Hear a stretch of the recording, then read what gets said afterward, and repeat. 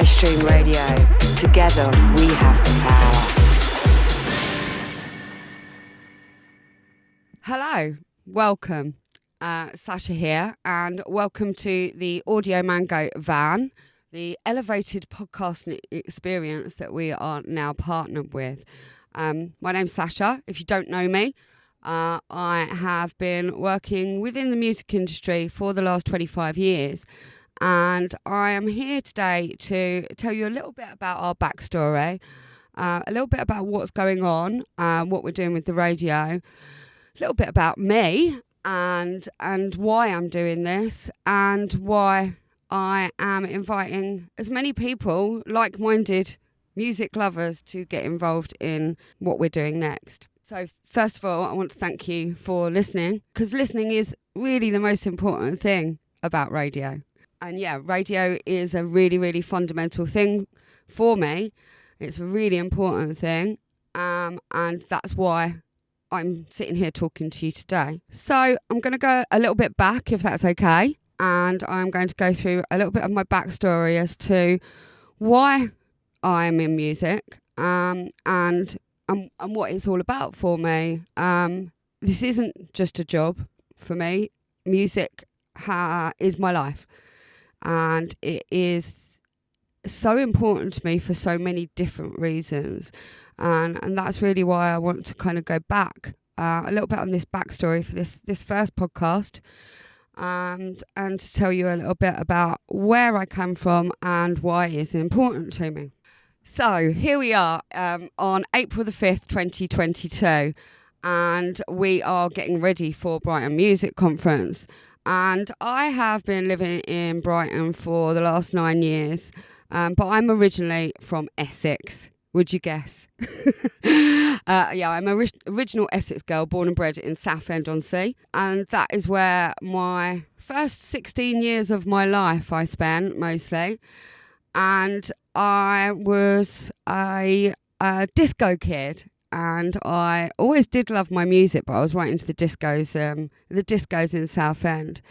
And that was right up until the music turned to rave for me. And when I first moved into going to the rave clubs and the house clubs in Southend. And funnily enough, I have recently taken myself back to where my story began in those days. And I was back then working at a club called Raquel's in Basildon in my part-time. I was working in the city. And on a Friday night, I was working at Raquel's in Basildon. And that was a notorious scandal that hit Basildon and Essex of that time that is well known. The whole Leah Betts and the Essex Boys murders, Range Rover murders. And as I was working as a barmaid back then, I was interviewed and I was involved with all of that scandal at the time. I was innocent, obviously. I was just a barmaid, but it's a really interesting time for the rave scene, because for me up till then, raving had just been a lovely, amazing community and a family that I had found on the dance floor. And then everything got a little bit darker and a little bit scary. So the whole rave scene died a little bit in Essex, and I carried on raving in London, and I'd grown to love it. And the true spirit of rave being peace, love, unity and respect, us being one on the dance floor, is something that I still hold very, very true today. And so I went on, and then I was working in the city, and then I went on to change my career very drastically to become a page 3 model. Now, I'm not going to talk about my page 3 modelling in this podcast, because this isn't about that. But that's what I was when I started in full-time industry. So I had been a page 3 model, and I've been a page 3 model for 3 or 4 years after leaving the city. And it was a different view of the world that I got when I was page 3 modelling. But then I was still raving right the way through all of that time. And I started raving around the country, and I was going to a Gatecrasher in Sheffield and a Sunday Central in Leeds and Birmingham. And it was at Sunday Central that I started seeing one of the promoters. And then Sunday Central were doing their first year at Eden in Ibiza. It was their first season in Ibiza. And I and a couple of other girls were asked to be the promoters for Sunday Central in Ibiza. So it was the summer of 2000 when I made my entry into the dance music industry and on a full-time basis working for Sunday Central in Ibiza at Eden. That was the most maddest, insane learning curve and incredible summer. It was the highs and the lows of my summer in 2000 working for Sunday Central was pure insanity. All I can say is working for Sunday Central, and anybody that knows Sunday Central's history, it was pure insanity working for them. But one thing that Sunday Central always showed me, and it was something that highlighted to me at the very, very start of working in this industry, was Sunday Central as a club promotion had the most amount of passion and love within its followers and the clubbers and the community that surrounded Sunday Central, and the heart of that community being Madders and Danny who run Sunday Central. So anyway, fast forward a little bit through this summer. Unfortunately, I had some really one of the most difficult and life-threatening things happened to me while I was in Ibiza that summer, right at the start. But fortunately, I managed to keep on going, and at the end of that summer, we decided to break from Sunday Central and to start up a new club night. And I then moved to Bristol with my partner at the time and went into business with Dan Prince and my partner to launch Scream. And Scream was the very first club night that I ran, that I was a part of, and it meant an awful lot to me. Once again, when it comes to the industry and working in the industry, there's always the good side and the bad side, the yin and the yang. And the things that you learn through the industry and through the hard times and the good times have really, really set me up. And although some of those bad things were really, really, really difficult to deal with at the time, other people's mistakes and my mistakes we all learn from, I hope. So yes, it was with Scream and in Bristol that after Sunday Central, my first true running a club night of my own began. And when we got to Bristol, we looked for the most popular DJs in the area, as you do. And there was two young lads called Dan Pearce and Greg Shield, who was also known as the Saint then. And Dan Pearce is commonly known by many more people nowadays as Eats Everything. But back then he was just Dan Pearce playing hard house with the Saint. And both of them became our resident DJs, playing every week, every Friday after the headliner. And Paul Conroy was the warm-up DJ, and Paul Conroy was also the drive time radio DJ for Galaxy Western Wales. And he started doing the Friday night show as the Scream Show. We sponsored the Friday night show. And this was my first experience firsthand with a true radio DJ. And I always love and still do to this day Paul Conroy's radio shows. He's a brilliant, brilliant radio DJ. He should be much more well known than he is. He's edgy, he's near to the mark, and he doesn't talk down to the listener. And this is one of the things that I am really, really strong about, on the fact that many commercial radio stations do seem to belittle and talk down to the listener, which is not my bag. So anyway, back at Scream, we had Dan Pearce and the Saint finishing us every Friday, and we had Paul Conroy starting every week. And the residents, our star residents, were Judge Jules and Fergie and Lisa Lashes.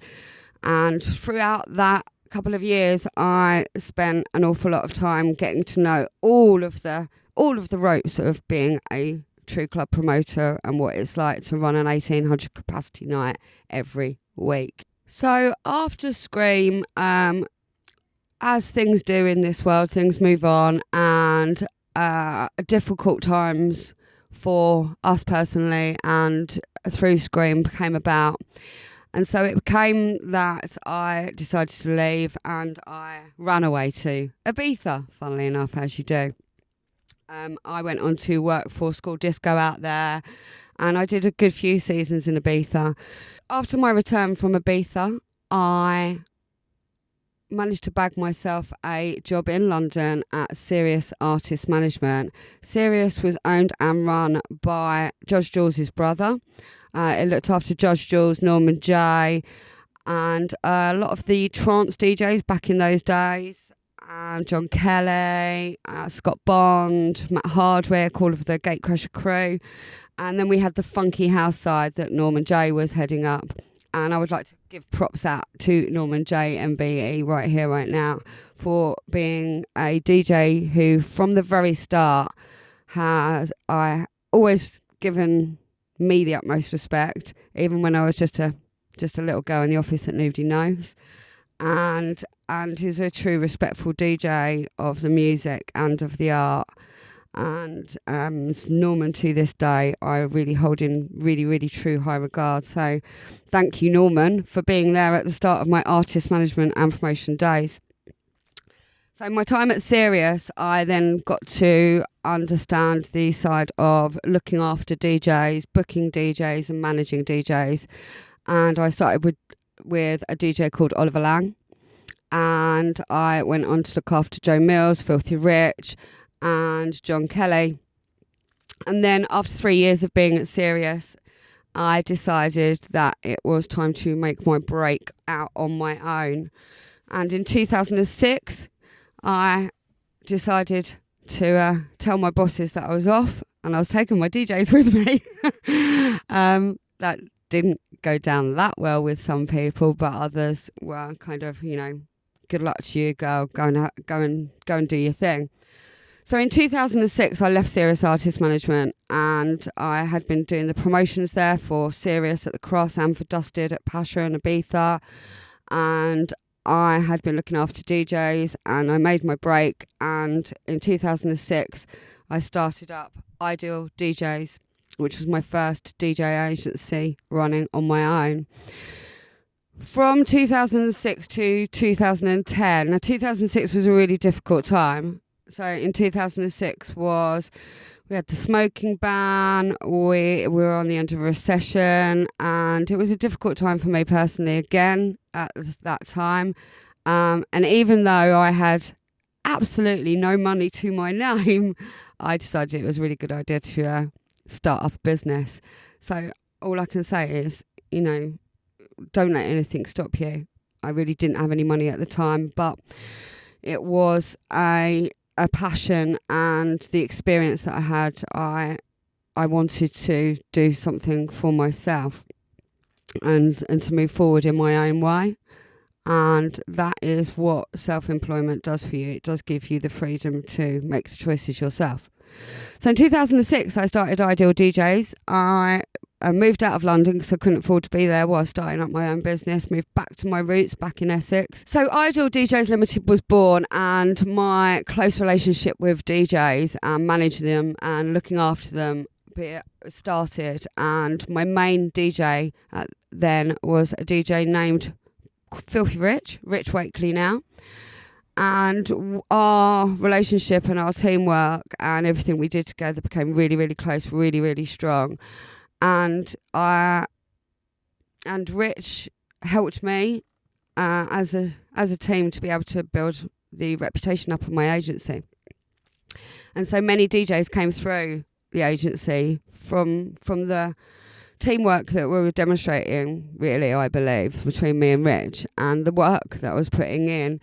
And so people did start to gravitate towards me, and I started to look after many, many DJs, from Proc and Fitch to Jason Hurd and John Fitz.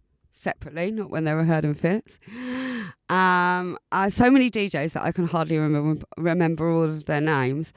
But I do love DJs, and I love helping DJs. It is what I've been doing for the last 20 years. And DJs are all different because they're all different people. So all DJs are different, but they all have one thing that is the same. And that one thing is the same is they all want to play. And they all want to play well. And they all want to play to people. And they want to play to more and more people. And they want to make them dance. And they're being allowed to express themselves and given the freedom to do what they want to do and to be looked after along the way. One of the things about looking after DJs is to make sure that they are being looked after, and that is not just their gigs and making sure that they get to their gigs on time and making sure they get paid, but it's also looking after the person. And the duty of care of a DJ was always really important to me because that's the relationship, and relationships are what makes my business and my life valuable, because relationships, and the better the relationship, the better everything works, and the better everybody is doing and the happier we all are. I always had an eye for talent and an eye for energy, and a true energy that is just needing more and more help and more encouragement to shine through. We all have genius in us, but it's about how you're able to let that free. And that is, I realised that was part of my job, to make them happy, to make sure they were comfortable and allowed to, free to express themselves in the best way they can, and to take people to another level behind that DJ box, to let people express themselves on the dance floor as they do behind the DJ box, and to let people free with the music. So that's what I do with my DJs, and I spent all of my waking hours looking after my DJs, trying to make sure they were happy as I possibly could. I will say that sometimes that would be at the deficit of my own personal day-to-day life, as in when you've taken on so much, and I'm very good at doing that, taking on so much, and then you are splitting your time and you have a high level of service, and so you want to be doing the best job.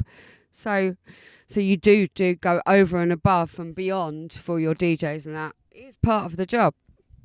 So anyway, that's what I did for 4 years, and I concentrated solely and entirely on looking after my DJs and making sure that they were as busy as I possibly could.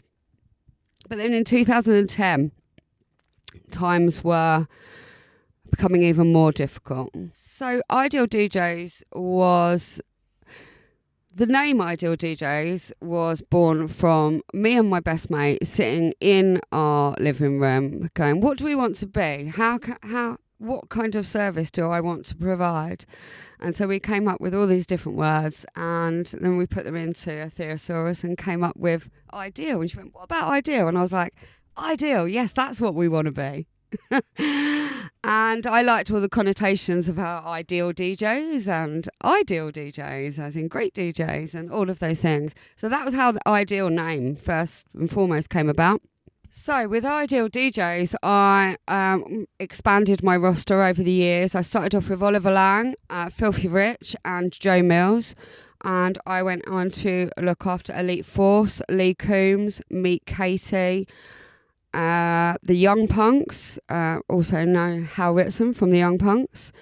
I looked after MC Flipside, you can see me reminding myself, Aqua Sky, Proc and Fitch, Lazy Rich, Zodiac Cartel, another name for Elite Force, John Fitz, Jason Hurd, DJ PP, otherwise known as Gabrielle Rocker, Jalebi Cartel from India.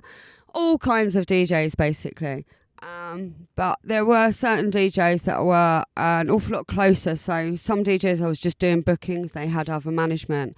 But the DJs that I were managing were Will Bailey, Filthy Rich, John Fitz, and yeah, that was the main ones. And you become very, very close with DJs. And when I was looking after Filthy Rich, him and his engineer at the time decided they wanted a techno alias.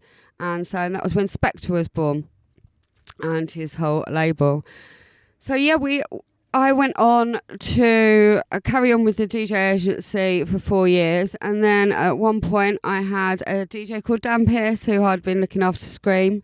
He came back to me and he gave me a ring and was looking to try and get back into DJing because he'd fallen off the wayside, and It's Everything was the last DJ that I took on for Ideal DJs Limited, and It's Everything was on my agency when he broke through. So there we are now, 2010, and I've been in business for 4 years.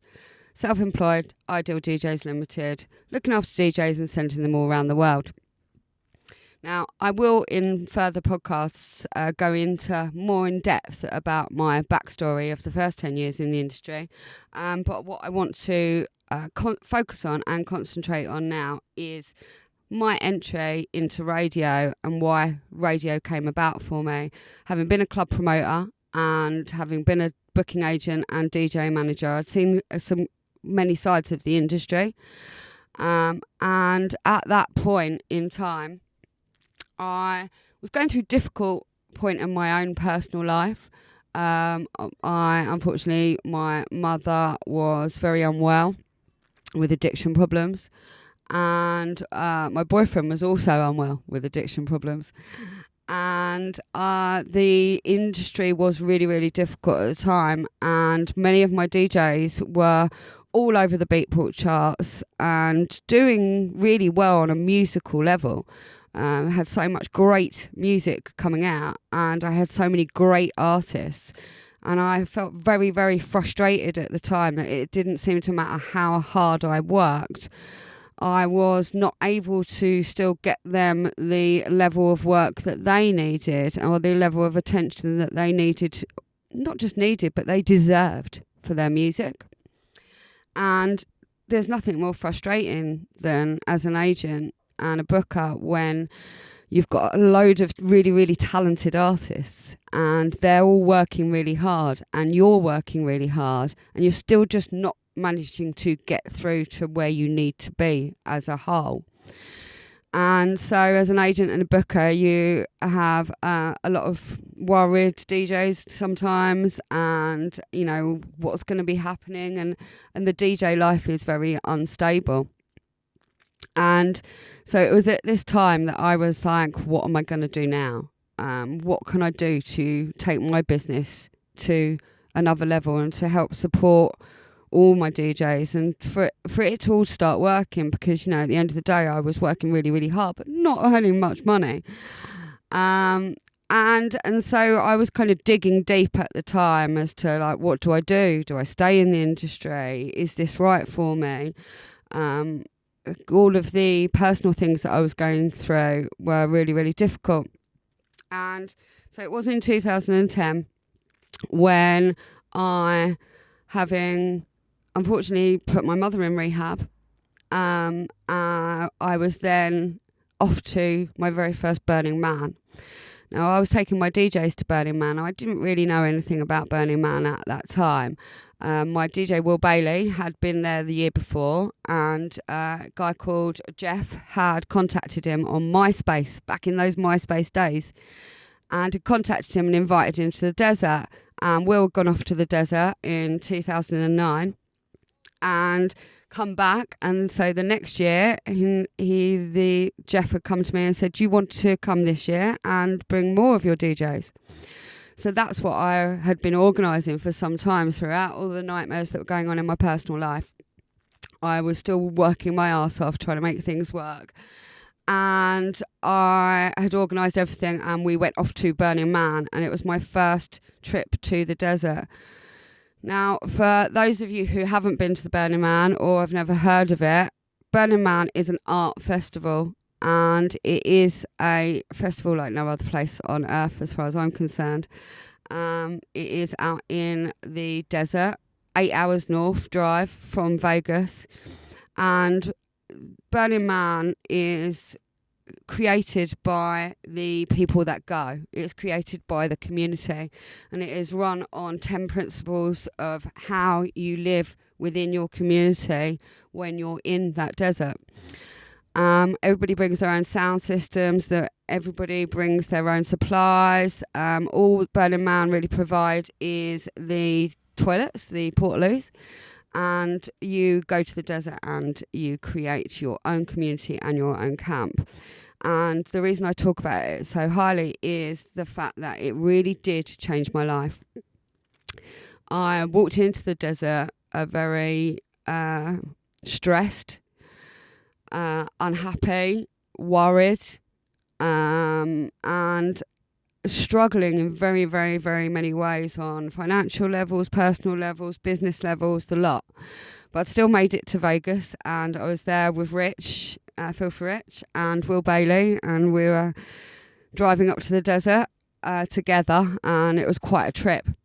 And all kinds of things happened in that desert, but one of the things that it taught me the most was, even though I'd been so stressed and going through such a difficult time at that point, when I walked into that desert, all of my worries lifted, and I realised that that taking yourself away from the problems and taking yourself into a place where everyone was equal. There's no money in the desert. There's no branding in the desert. It is a place where you need to drop your ego, and very much like what I believe the spirit of rave is all about. So when I first walked into the desert, all I could say was, oh my God, it's like my first ever rave. As that's what the feeling was like. It was not just about the music, it was the feeling, and the feeling of, oh my God, this is so amazing, and everybody's friendly, and everybody's just so happy to be here, and the vibe is electric, and all of those things.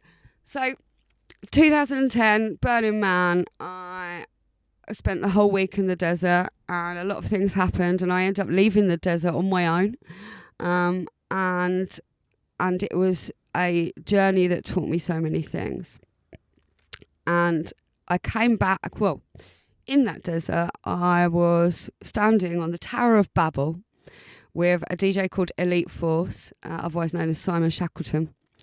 And he is a true force in that desert. He plays many a set in that desert, and had been going for many more years than I had. And I remember standing on that stage at the top of the Tower of Babel with Elite Force and wishing that I had somebody to share it with, a play friend, a playmate. Everybody else had their kind of their person that they'd gone to the desert with. And I'd gone there with my DJs, but they had their girlfriends and wives and things like that. And so I was on my own little journey. And I made a few vows at the top of that Tower of Babel about how I would get back to that desert. And the next time I got back to that desert, I wanted to be somebody that I could really share it with and play with and have a good time with, and not just be worrying about my DJs, because I'd realised when I got to the desert that you can't work in the desert. It is all about the play and it's all about the fun. So anyway, I came back from Burning Man and came back to the UK with a big fat crash and tried to decompress and go, what am I going to do now? And over those next few months, I spent a lot of time soul searching and trying to change things that were not happy about in my life. And one of the things that Burning Man had given me was the confidence and strength in myself to do that and to make the changes that I needed to make to push forward. And although some of those changes were really, really, really, really hard and were really, really challenging, they were changes that I needed to make. And I have now, 10 years later, proved to myself that was the right thing to do. And some of those changes were, I split up with my boyfriend.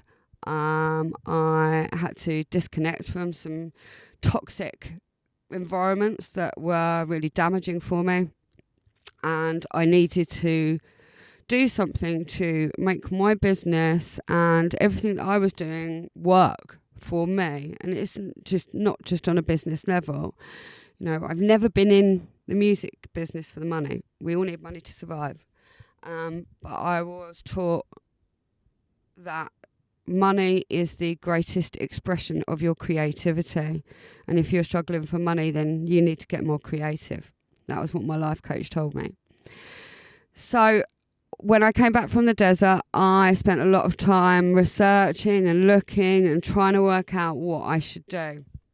And I watched something called Idea Jam at the time, which was with a guy called Ashton Kitchener.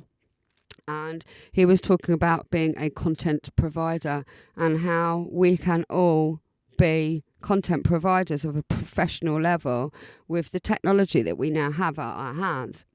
So whether it be being able to film or be in a studio or all of the different equipment that you used to need to be able to do things like what I'm doing right now, and you'd need a big BBC studio, you are able to do, you know, we're back in 2010, but you're able to do without that kind of funding. And it was at this point, around about the Christmas time of 2010, that I had the vision of radio. Now, it was partly because of the things that I was researching, but it was also, I was prompted by Radio 1 to put in 3 demos for In New DJs We Trust, which is a residency that Radio 1 would be doing for new dance music artists and bringing them through. And I put over 3 demos for Radio 1, one by Filthy Rich, one by Spectre, and one by the Young Punks. And the Young Punks was a out of this world demo. They were already doing a podcast, and basically Hal Ritson, who is a pure genius when it comes to the music world, he cut up his podcast and put that forward as a demo, and it was brilliant. And I didn't get anything back from Radio 1 to begin with, and then when I finally did get a response, they said that it was too like Annie Mac. And I was like, this isn't like Annie Mac, and that's nothing taken away from Annie Mac. I was like, this isn't Annie Mac. But again, this was really, really frustrating to me. I was like, oh my God, this is like the most amazing demo. Why isn't it getting any attention? Now, for whatever reasons, whether they're looking for somebody with big amounts of followers or bigger name or whatever, it didn't. And then I'm sitting here with this radio shows that are brilliant. And so it was that and a conversation with an ex-business partner that put some ideas into my head. And it was then that I was like, okay, how about we do radio? And my vision for the radio was to bring the essence of the fun times of rave, the real talk, back to radio, to be able to play the music that is not getting the attention on Radio 1, even on the Friday nights. You know, it's dance music, it's supposed to be specialist, but it become more and more and more and more commercial still. And it just wasn't working for me or for my artists. And so having a load of artists that had a load of amazing music and they were doing radio shows, in the end, it just made so much sense for me to be able to create something with all of us working together. So that's where the original vision was born. And it sounds quite simple, but I really didn't know what I was letting myself in for. And although, making a radio station is easier on a technology-wise and all of those things, there are some fundamental things that I then started to learn about radio as to the work and to the amount of commitment that is needed, and so that was a huge learning curve for me. So there I have it. So there it was. I was like, right, that's it. I'm going to do radio. I was actually double dared by my radio mentor or coach, being Paul Conroy. and he double dared me to do it, which is just a bad thing to do to me, because if somebody does that, I'm like, okay, that's it, I'm doing it. So I did, I went for it. And I took out some investment to do it. And I started learning about radio, and it was 3 people, Paul Conroy, John Fitz and Justin Pywell, who helped me understand the sound side and the fundamentals of what makes radio sound good, and the quality of sound and the presenting and all of these kind of things. So when I started the radio, I wasn't starting it for me to be on it. I was the last person I was thinking of to be on it. It was for my DJs. It was to get them to be able to work together, to put their traffic together, and to create more attention for their music and for their artistry. Me being on the radio was just a little sideline. Just a little bit of fun for me. But little did I know that I was about to fall in love with being on air.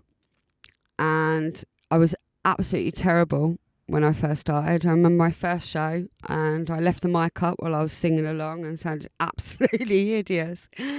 But I did fall in love with radio.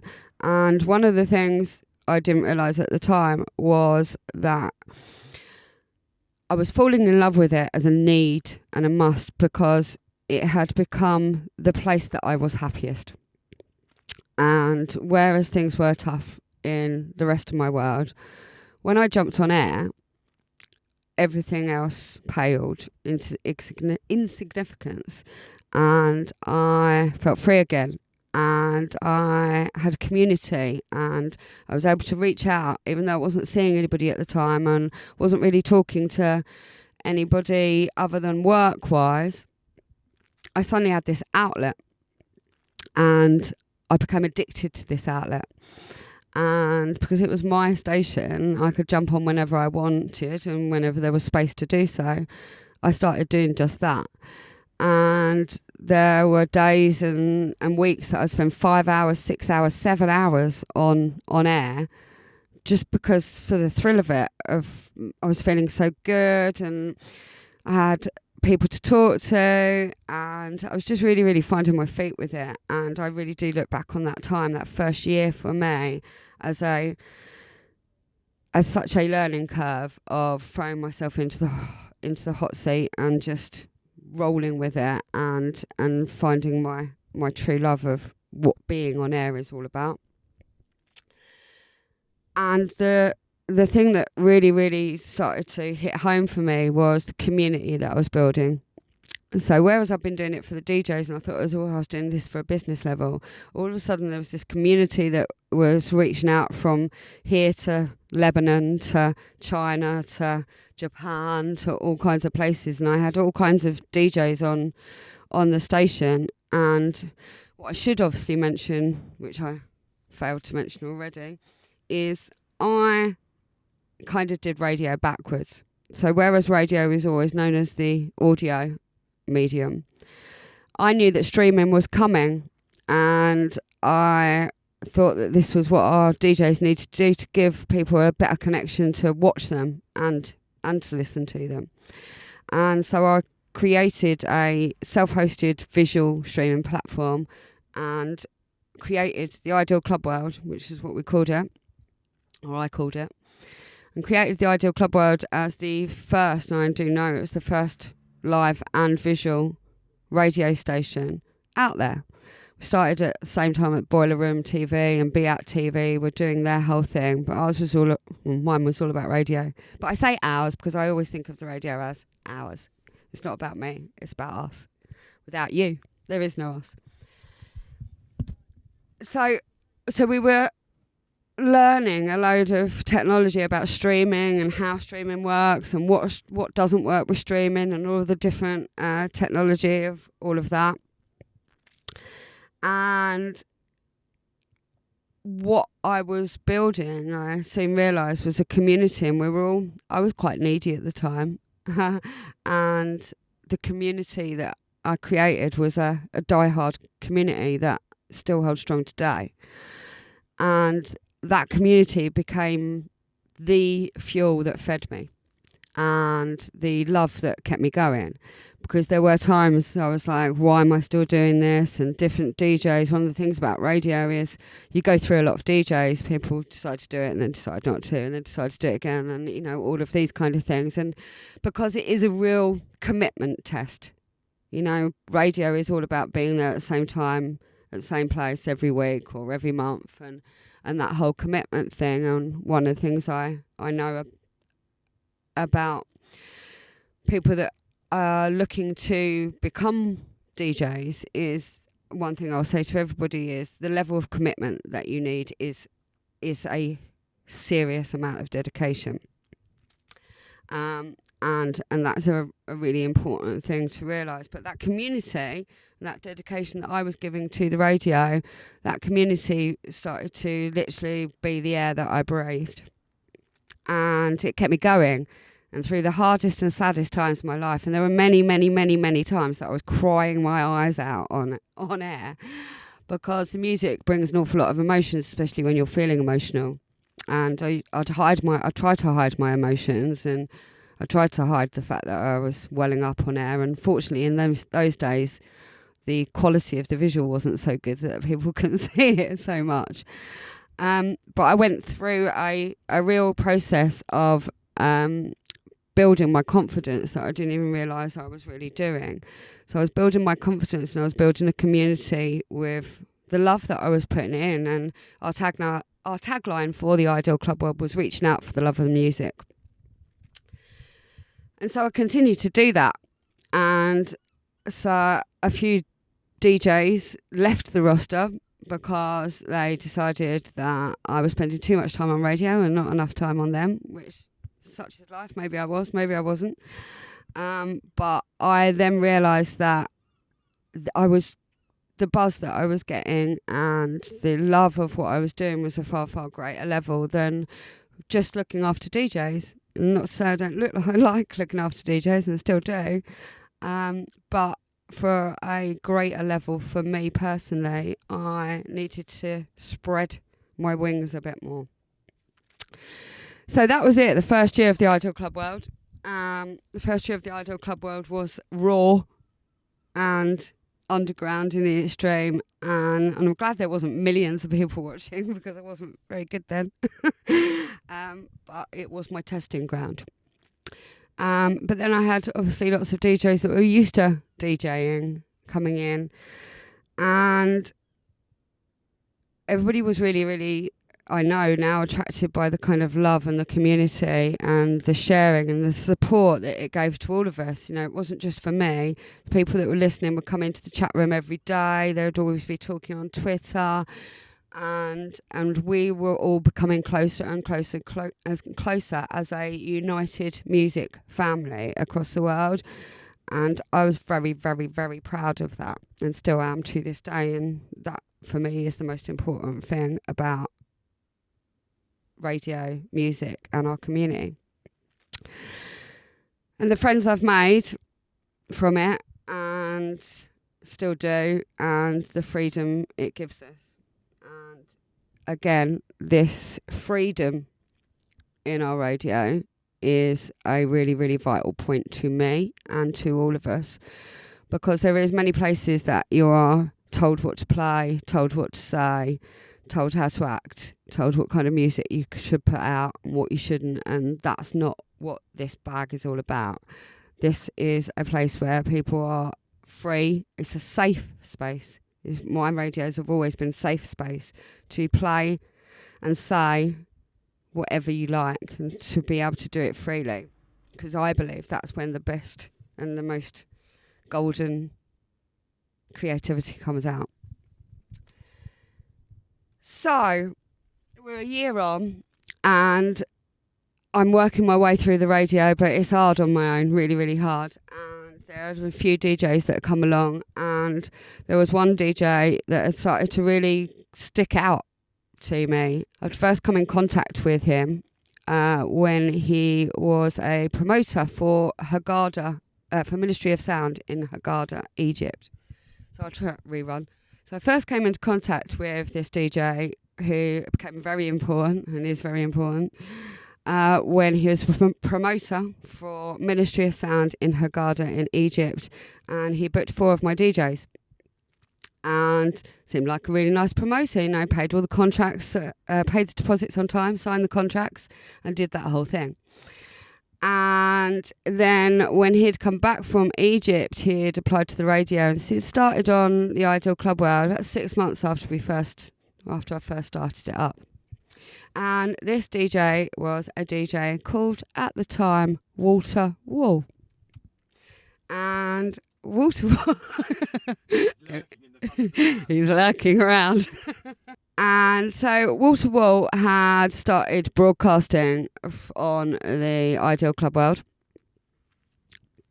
And he'd become what had been a very, very supportive. He really, out of all of the DJs that was working with at the time, really was sticking out to me, not only for his skills and for his commitment and always being there, but for his support of the team and his support of me, because that really does shine out. His effort, his proactiveness, all of those kind of things. When you work with a lot of people, these are the things that really stick out. And so he came over to the Ideal Club World, my studio in my house, and was the first time I met him. So in comes Walter Wall. You gonna come in? So what I'm going to do now is I'm going to hand over to Walter Wall, otherwise known as Mike Wall, who is now known as Wax Worx, and he's going to tell you a little bit about his story of how he moved into the radio and what happened next. Hello, Mike here from istreem Radio. Many of you will know me under the producer DJ name Wax Worx. Previously, the DJ producer name of Walter Wall, as Sacha mentioned in one of her previous videos. And I have been a raver and misbehaver for many years. I bought my first set of vinyl decks when I was at the tender age of 14. Got into the raving scene in Brighton here on the south coast. And then went away travelling for many years and DJ'd all over the world. I got to DJ in New Zealand, in Australia and in Canada. And came back to the UK, did a bit of other stuff, and ended up as a resident DJ for Ministry of Sound and Head Candy for a few years in Egypt. That brought me up to 2010. I came back. The uprising in Egypt happened. I'd been there 3 years working out there, and everybody basically had to leave. And came back to the UK. So after already having quite a bit of a good DJ career behind me, but in other countries all around the world, came back to the UK and had to remake a name for myself and get everybody to know me back home. And obviously it's not easy to just get out and get gigs straight away. So I got back, and a lady that I'd been dealing with booking DJs while I was in Egypt from Ideal DJs, she'd started a radio station called Ideal Club World. And I thought I'd have a go at that. I'd never done any radio before. I had done 3 years in Mallorca as an Oggy DJ, and that's not on my bio. But it did give me valuable experience, and it did give me a bit of confidence on the mic. But I'd never done radio before. And when I found the radio, or the radio found me, I was living back at home with my mother. I was actually living in a cabin at the end of her garden. And that's where I did my first radio shows from. 11 years later, I got to the dizzy heights of being my DJ dreams coming true and DJing on the terrace for El Ro in Barcelona. I opened the terrace in 2019. It was the first show of the year. I was the first DJ on the terrace, and I did a good enough job to be invited back and DJ for them again on Christmas Day that year at midnight. Headline set, which was absolutely amazing. So literally over that 10-year period, I went from DJing in my mum's cabin at the end of her garden to the terrace of El Ro. And radio was a really, really important part of that, because it really helped me nurture not only myself as an artist and my confidence levels, but it really gave me a way to connect with my fans and talk to them. and also play a little bit of different music to what I was playing in the club, so people got to know a little bit more of my musical history, what I was into. I wasn't just a tech house DJ. They realised that actually I've been DJing for many years and I could DJ everything from disco to techno. You know, play the disco sets when appropriate at the pool parties, play the techno sets at the 3 a.m. to 6 a.m. club nights. But radio was a total new world to me. I had no idea of what it was going to be like, and how beneficial it really was going to be. Being there live every week and being consistent and connecting with those fans that are engaging with you. So not just doing the radio show, but engaging, talking to them, also engaging on social media with them. It really grew my fan base really, really quickly, and not just locally either. We're talking worldwide. And as a DJ, having a worldwide audience, we all want that, right? Because we all want to get booked abroad.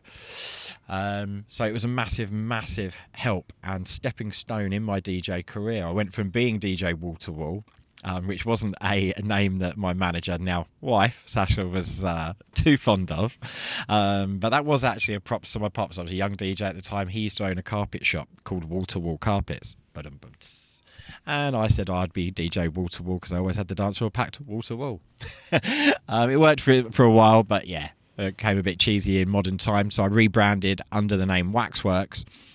And that came from a lot of the music I was making. I was going through my old vinyl collection and digging out those tracks that I really loved from back in the rave days, and then looking into where those guys got their samples from or how they made their sounds, and recreating what they'd created in a more modern way. And that's how kind of Wax Worx tracks first started out. Now I can make everything from disco to tech house, and absolutely love it. So the most important things about radio for me has been the connection to people. As I said, I've talked about connecting to your fans, which you can really do as a radio DJ because you're using your voice. And they get to know your personality. They get to know you as a person, not just about your music. So it gives them more depth of knowledge about who you are as an artist.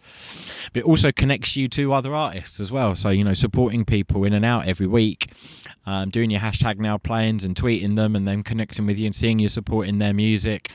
It brings them closer into you, you know, and I was supporting some of my favourite artists and some of my favourite labels, and I did that for a good couple of years on my radio show, and then started producing as Wax Worx, and then so when I sent out my music to those labels, they were like, oh, this is this guy who's been supporting our label for the last 2 years, supporting our artists. So, of course, they're going to listen to my music. And they liked it. And they signed it. I've gone on to be signed by labels such as Armada, Viva, Elro, CR2.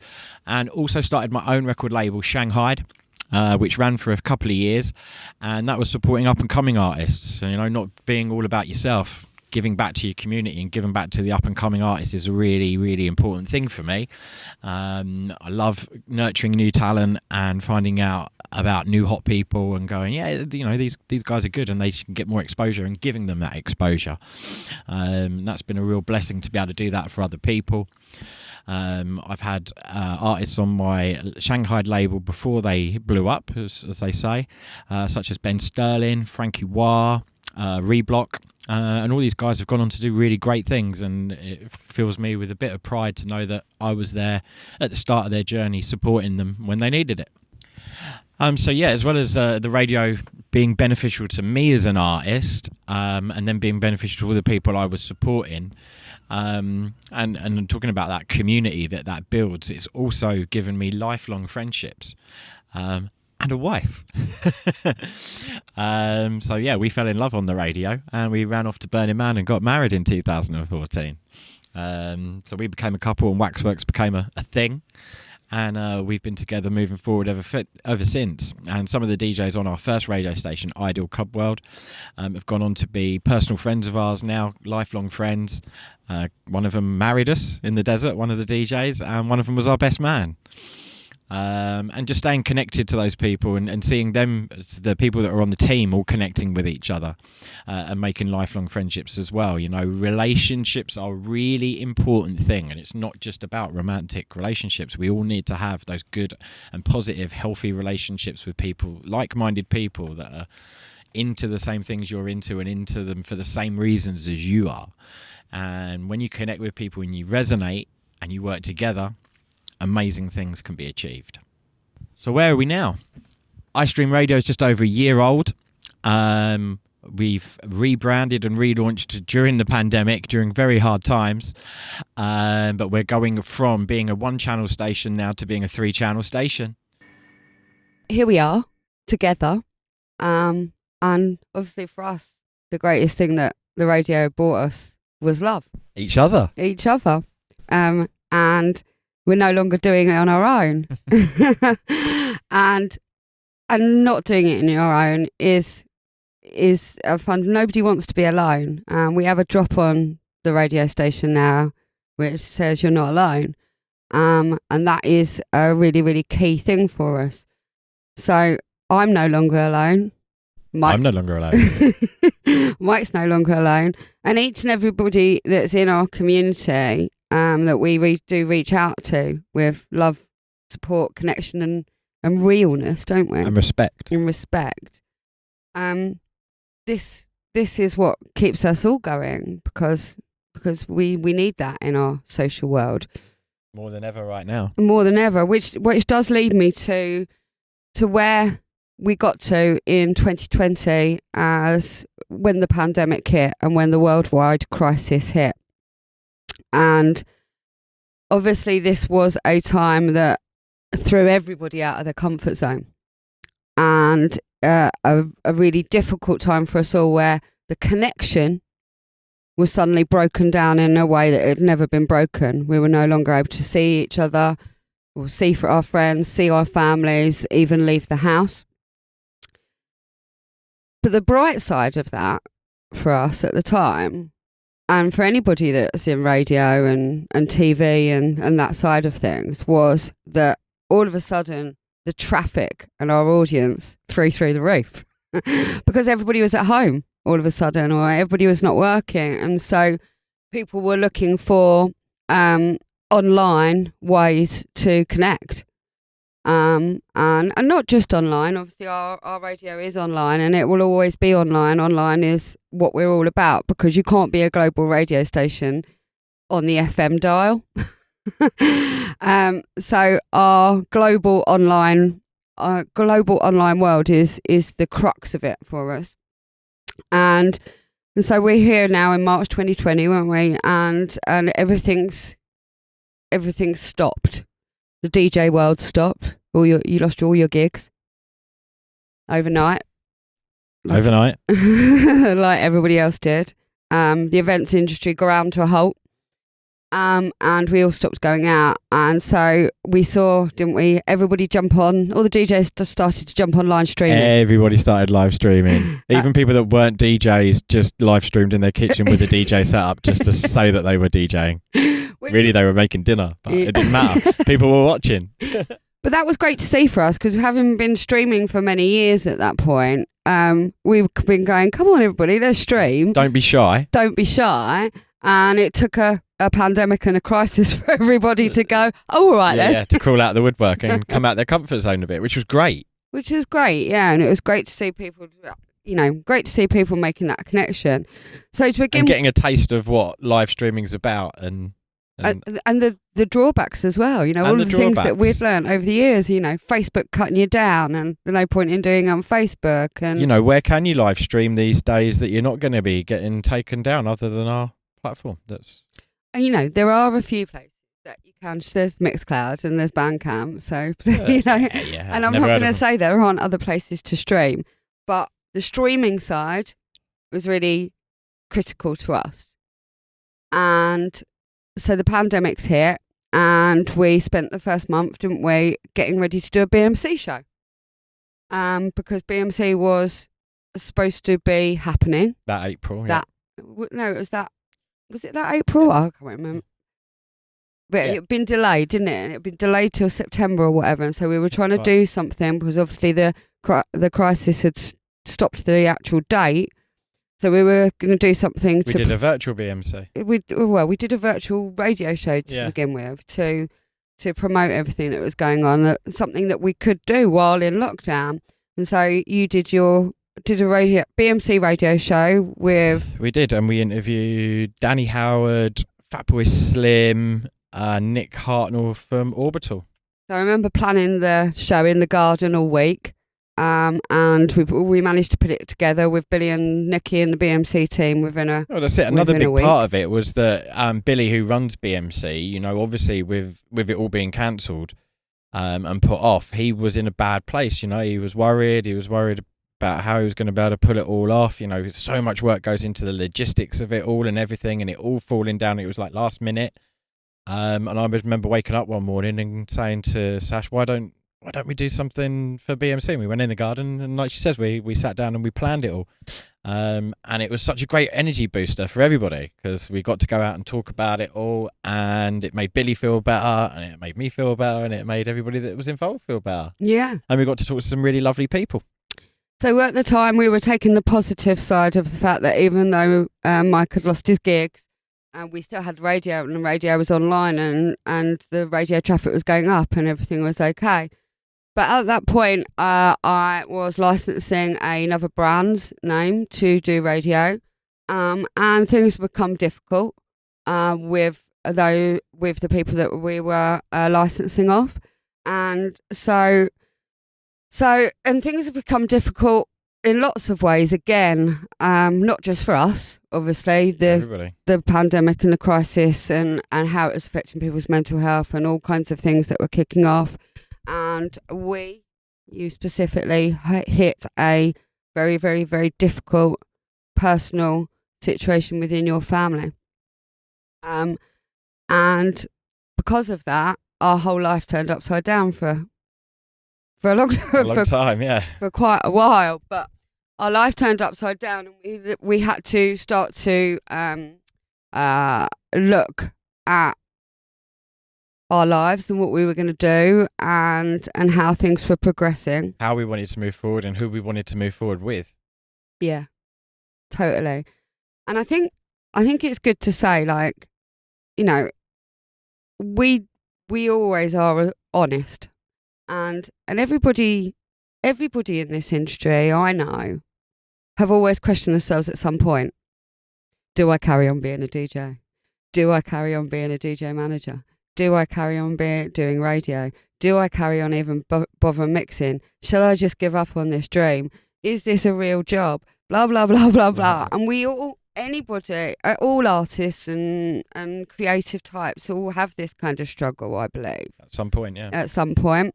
And so we all do. And I have put so much work over the years, and I was questioning myself as to what to do next.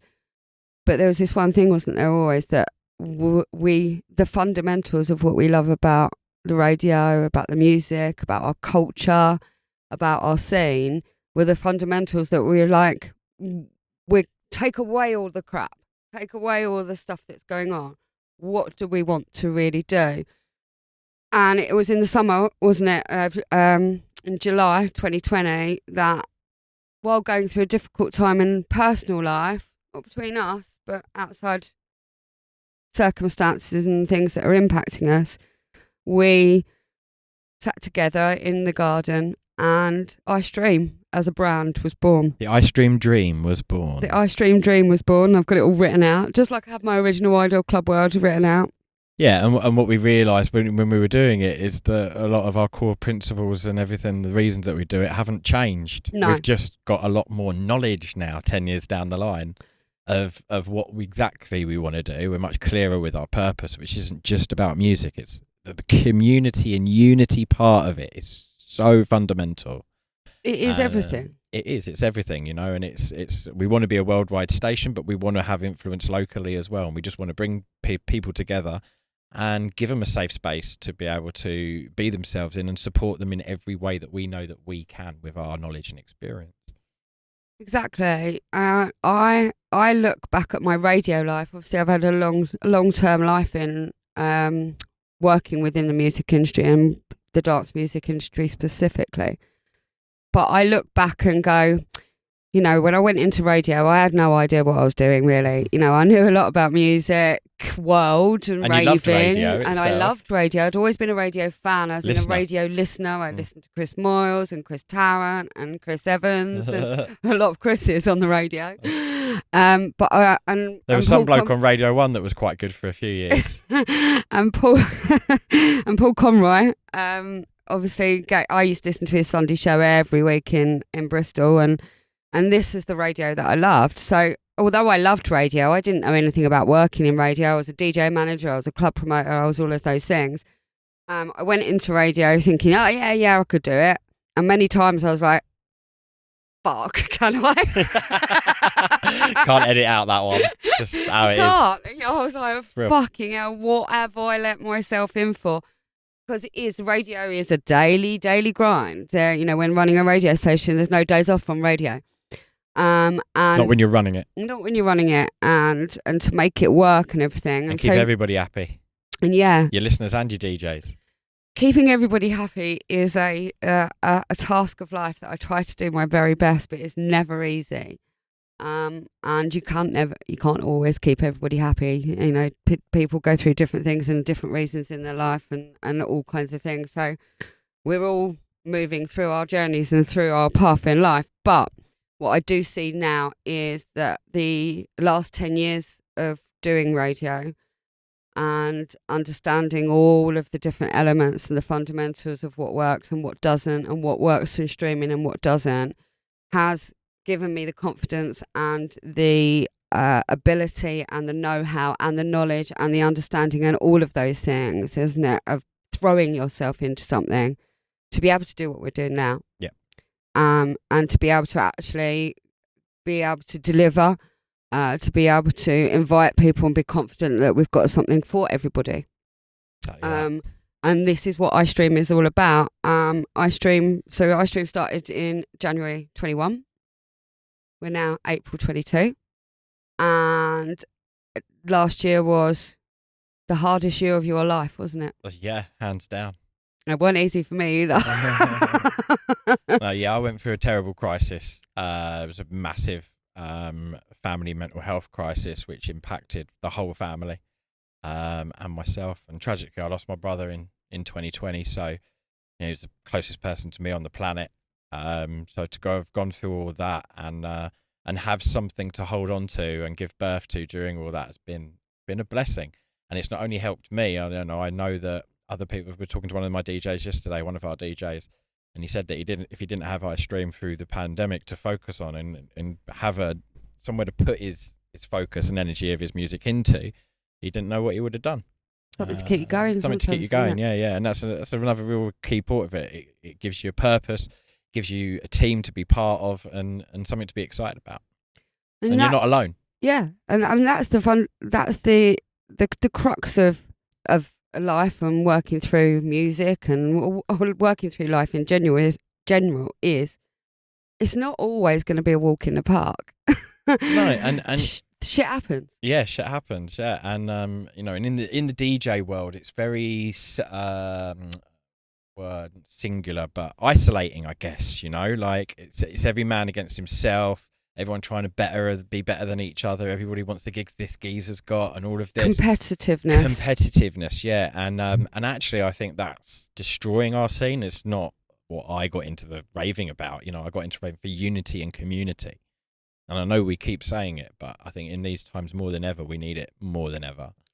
And bringing a team of people together, all supporting each other, just means you're not doing it on your own anymore. Exactly, and we're all. Whether it be a DJ manager or a DJ or a wife on that day or a gardener on that day or whatever, we're all moving through life and being able to be honest, real, and to be able to turn around to your team and go, yeah, I'm not having a good day today, and us to be able to work together through that instead of just going, you're the DJ and you've always got to be there and being the party person and all of those things, and none of us or just be about your Instagram and your image and these things, the superficial things which aren't as important.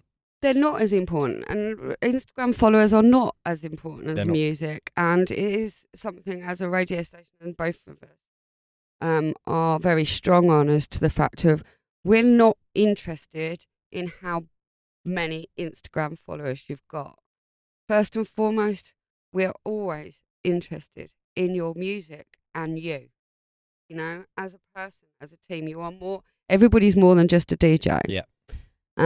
and pretending, the pretense and the pretending that everything is all fine, or all of those kind of things. It's not real life. There's just a lot of fakery, there's a lot of filters over things, and it's not reality. I mean, a lot of these people that have got lots of followers on Instagram, things like this, they're not even real. They buy them, but they'll get booked because they look popular.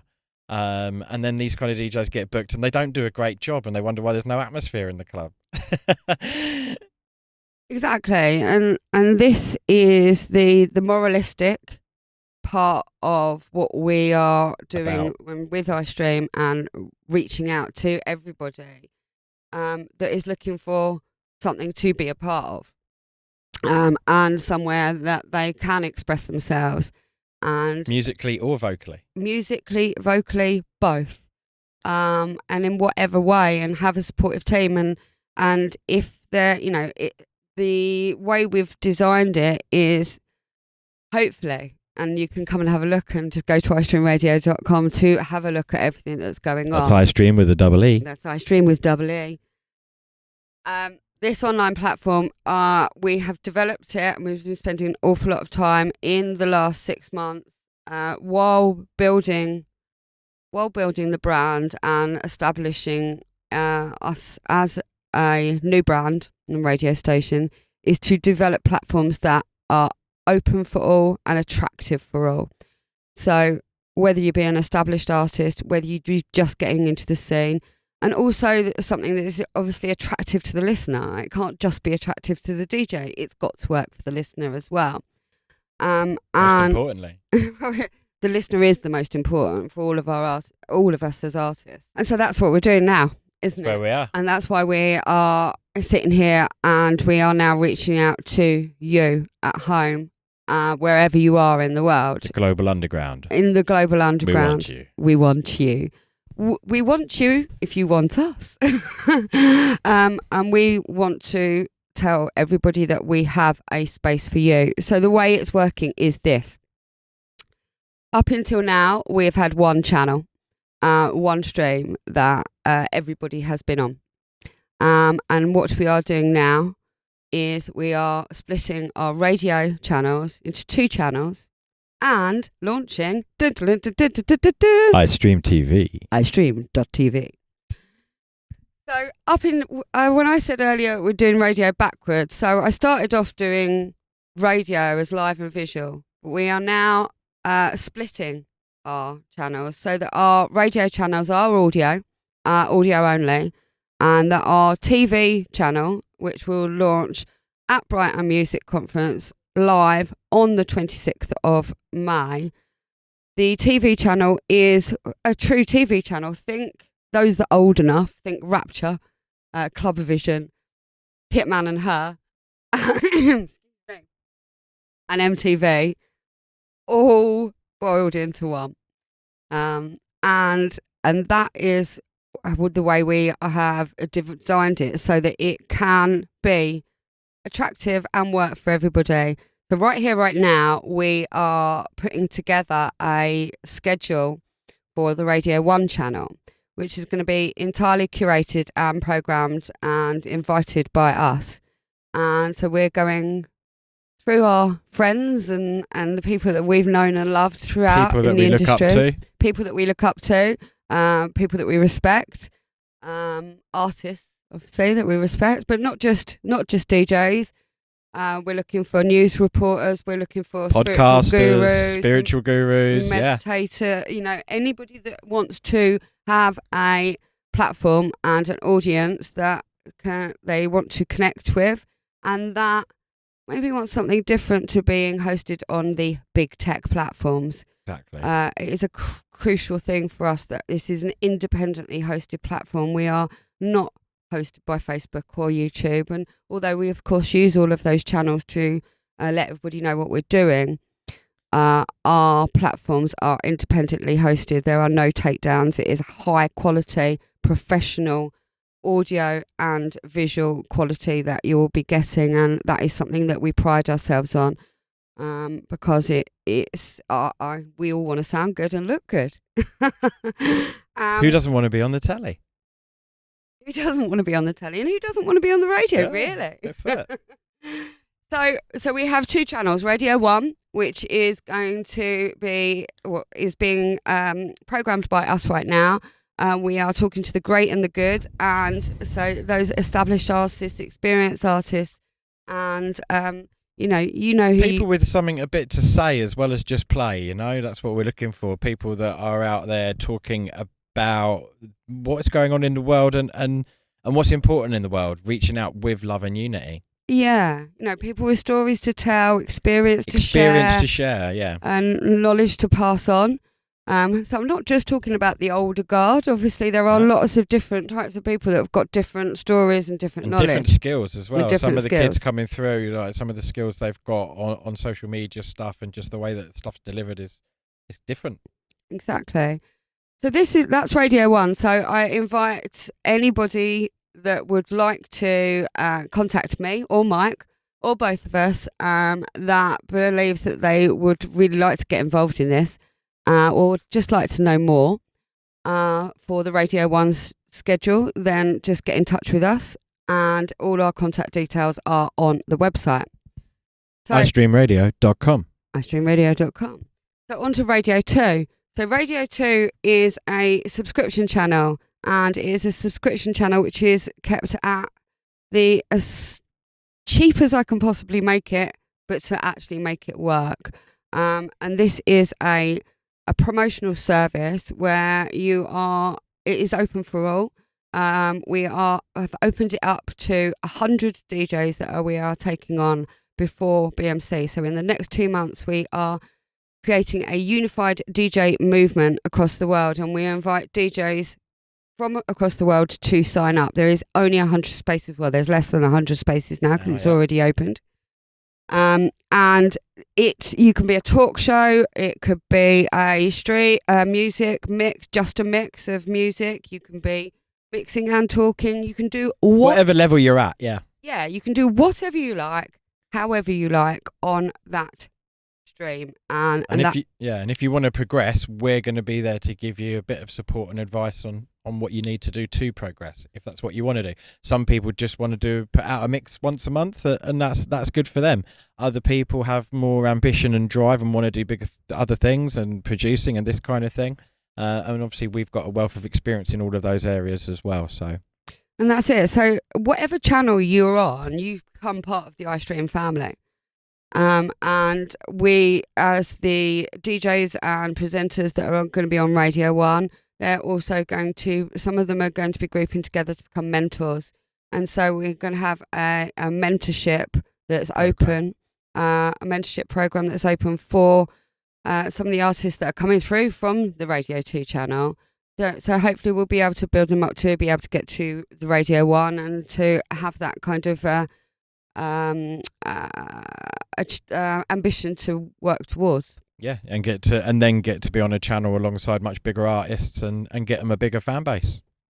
So that's it. It doesn't matter what genre you play, what you say, how out there it is, or whatever it is. As long as you're not hurting anybody or being disrespectful. Yeah, as long as you're not hurting anybody Peace, or love, being unity and respect. And we do have a moral code when you come into the iStream family in any way. So, no abuse, no hate speech, the normal kind of thing. So that's it. So that is Radio 2. So wherever you are across the world, if you need more information, then you can hit us up. Our contact details are on the website. Go to the front page of the website, hit the DJ sign up, and you will go to the Join the Movement, and you can see all of the information there. It is just £25 to secure your slot. Now, that £25 will confirm you and it will guarantee you to be in the summer schedule that we are announcing at Brighton Music Conference, and that will launch on the 1st of June. If you want to pull out after that securing of the slot, and you suddenly change your mind, then you can. And that slot will just become free. So, it is, if you want to go for it at this point and then you change your mind, there is still that option. But once you subscribe, then it will be a commitment for, 3 to 6 months. That's Radio 2. And then iStream TV will also be launching at Brighton Music Conference. So this is open to your talk show presenters, your YouTubers, your anybody that wants to do a presented TV show. This is not for people just streaming music. Everything on iStream TV must be presented.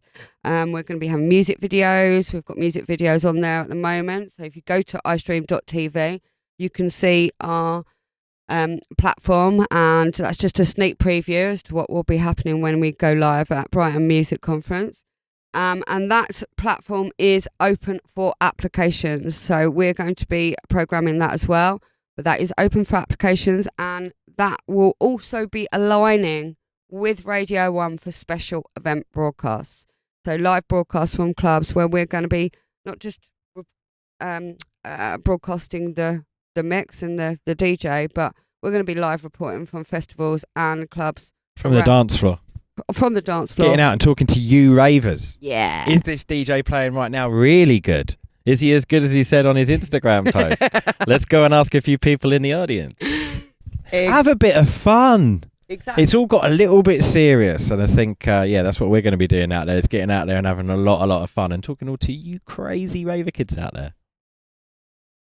And that's it, really. So that's who we are, a little bit of who we are, what we're doing. We are obviously sitting in the Audio Mango van, and Audio Mango and the amazing people at Audio Mango have made it possible for us to be able to move forward and to make this leap.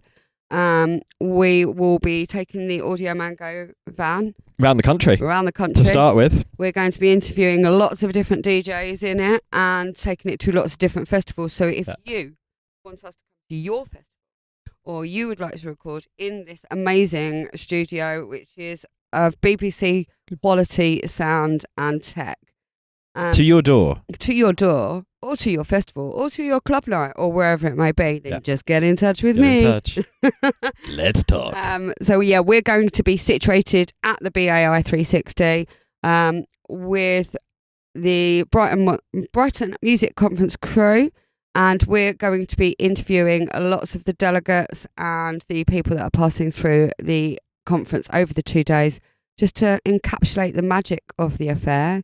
The unity and community of it. Yeah, and will be the first time that we are live on both of our channels at the same time. So tune in, do watch. Yeah. If you can't make it there in person, we'll bring it to you. If you can't get to BMC, and tickets are on sale now, but if you can't get to BMC, then we're going to be broadcasting it to you live and direct all day long.